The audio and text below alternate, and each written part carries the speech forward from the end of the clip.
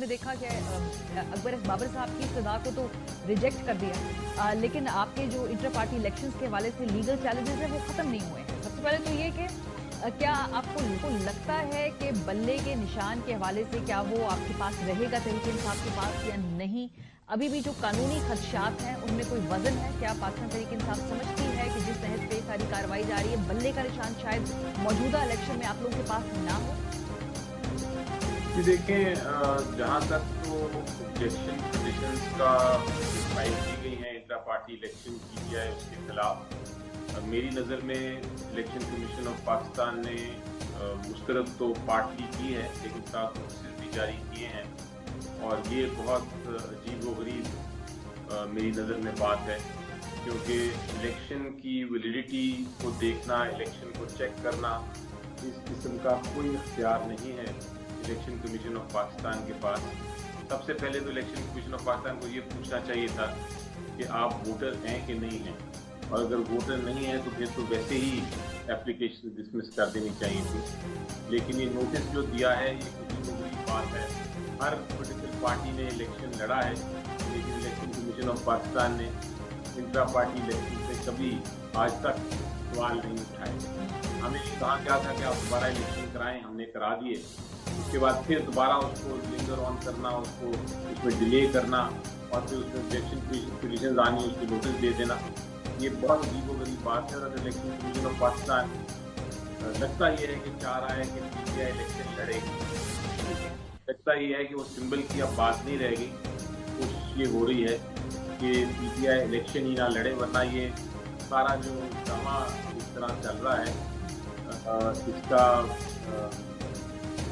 M और intention जो object है वो यही लगता है। सर, ये जो आपने कहा कि पीटीआई इलेक्शन ना लड़े, ये इसको थोड़ा सा इलैबोरेट कीजिए, क्योंकि माजी के अंदर हमने देखा कि अगर निशान छिन जाता है तो कोई और निशान होता है। पीपल्स पार्टी के साथ हुआ, तीर भी थी, तलवार भी था, आखिरी मौके पे फिर उन्होंने तीर के ऊपर इलेक्शन लड़ा, या फिर वो पार्टी किसी नए नाम से रजिस्टर कर ली जाती है लेकिन इलेक्शन में हिस्सा लिया जाता है। या आप कह रहे हैं कि ये दोनों मुमकिनात नहीं होगी, ना आपको किसी और नाम से पार्टी रजिस्टर करने दी जाएगी, ना ही कोई और निशान आपके पास होगा? देखिए, वो तो एक और ऑप्शन हमेशा रहती है कि आप कोई और पॉलिटिकल पार्टी के जरिए किसी और निशान के जरिए इलेक्शन लड़ें। ये पीपल्स पार्टी का भी एक बार तारीख में हमने देखा था, उनको रोका गया था और उन्होंने फिर पीपल्स पार्टी से तलवार का निशान भी ले दिया गया था और उन्होंने फिर एक नई पार्टी रजिस्टर करके एक नई तीर के निशान से लड़ा था इलेक्शन।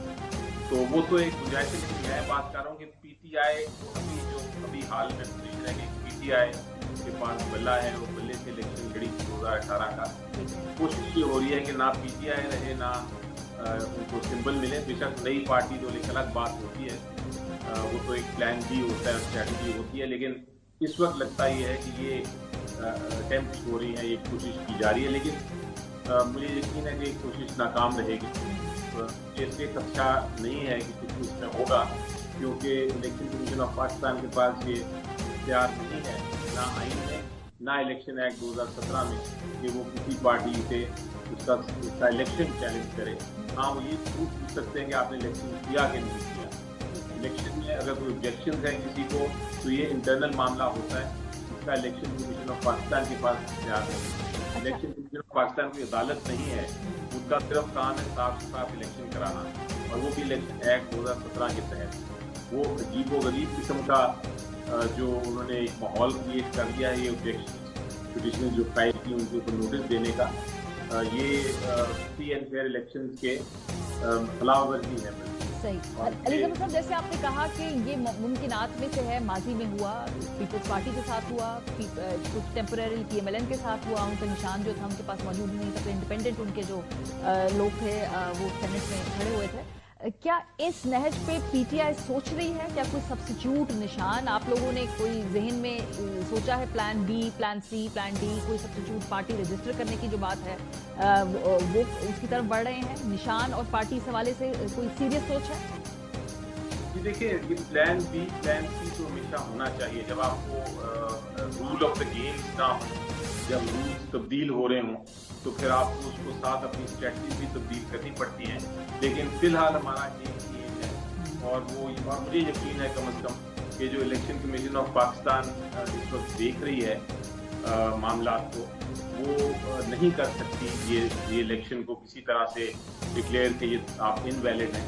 उनको ये इलेक्शन मानने पड़ेंगे, और अगर उन्हें नहीं माने तो फिर पहली जो हमारी ऑप्शन होगी वो ये होगी कि हम इसको अदालत उज़्मा के पास जाएंगे, और अगर अदालत उज़्मा में भी हमारी सुनवाई ना हुई तो सुप्रीम कोर्ट ऑफ पाकिस्तान में जाएंगे। लेकिन हमने ये पीटीआई ने अपना सिंबल छोड़ना नहीं है, क्योंकि अगर कोई गैर कानूनी हरकत इलेक्शन कमीशन ऑफ पाकिस्तान करता है, हमारे पास पूरा हक है कि हम उसके खिलाफ कानूनी कार्रवाई करें। लेकिन अली जफर साहब, आप लोगों के पास क्या ऐसा वक्त है सर, क्योंकि इलेक्शन स्केड्यूल जो है वो बहुत जल्द अनाउंस होने वाला है। उसके अलावा अगर आप लिटिगेशन में फंस गए, पहले इलेक्शन कमीशन के अंदर आपके मामलात होंगे, फिर आप इसको चैलेंज करने का जो आपकी ख्वाहिश है वो रखते हैं, तो ये तो इलेक्शन शेड्यूल अनाउंस होने के पास ये सब कुछ मैनेज हो पाएगा? कोई टाइम है आप लोगों के पास? वक्त, आप इसी तौर पे आपने दुरुस्त इशारा किया कि वक्त का एक क्राइसिस है, क्योंकि वक्त कम है, और ये इलेक्शन कमीशन ऑफ पाकिस्तान ऐन वक्त पे कुछ कर सकता है। इसलिए हमें उसके लिए तैयार रहना चाहिए कि प्लान बी अपील के साथ साथ या कानूनी कार्रवाई के साथ साथ हमारी सियासी स्ट्रेटजी भी होनी ज़रूरी है। वो इन प्लेस है स्ट्रेटजी, उसको अगर हमें करना पड़ा तो हम करेंगे। लेकिन उम्मीद ये है कि अगर इलेक्शन कमीशन ऑफ पाकिस्तान पहली बात तो वो आइन और कानून के मुताबिक फैसला करेगा, और अगर कोई ऐसी बात हुई जिसकी वजह से हमें जाना पड़ा अपील में, तो फिर ये उम्मीद है कि वो भी एक दिन में ही समाप्त होगी, क्योंकि ये मामला का है, ये मामला पाकिस्तान की सबसे बड़ी पॉलिटिकल पार्टी का है, ये मामला जमहूरियत का है, ये मामला आइन का है, ये मामला अवाम का है। और अगर आप बात नहीं करेंगे